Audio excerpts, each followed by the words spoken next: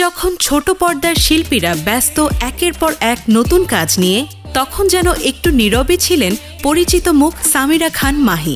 দর্শকদের সামনে ঈদে তার নতুন কোনো নাটক দেখা যায়নি, যদিও সম্প্রচার হয়েছে তার পুরনো একটি কাজ।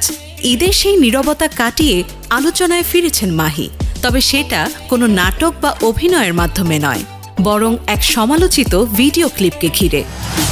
সম্প্রতি একটি অনুষ্ঠানে অংশ নিয়েছিলেন সামিরা খান মাহি।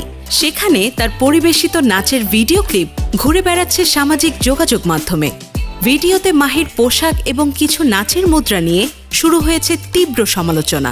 নেটিজেনদের কেউ কেউ বলছেন মনে হচ্ছে তিনি নিজেকে বলিউড তারকা ভাবছেন, কেউ আবার মনে করিয়ে দিচ্ছেন মাহির রয়েছে একটি নির্দিষ্ট দর্শক শ্রেণী, তাই এমন পরিবেশনায় আরও সচেতন হওয়া উচিত ছিল তার।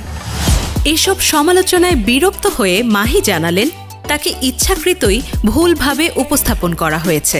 গণমাধ্যমকে দেয়া এক সাক্ষাৎকারে মাহি বলেন, আমি প্রায় 1 ঘন্টা নেচেছি, সেখান থেকে কিছু অংশ জুম করে কেটে প্রকাশ করা হয়েছে। পুরোটা না দেখে কেউ কেউ দৃষ্টিভঙ্গি তৈরি করছেন, যা খুবই কষ্টদায়ক। পোশাক নিয়ে মাহির আক্ষেপও কম নয়।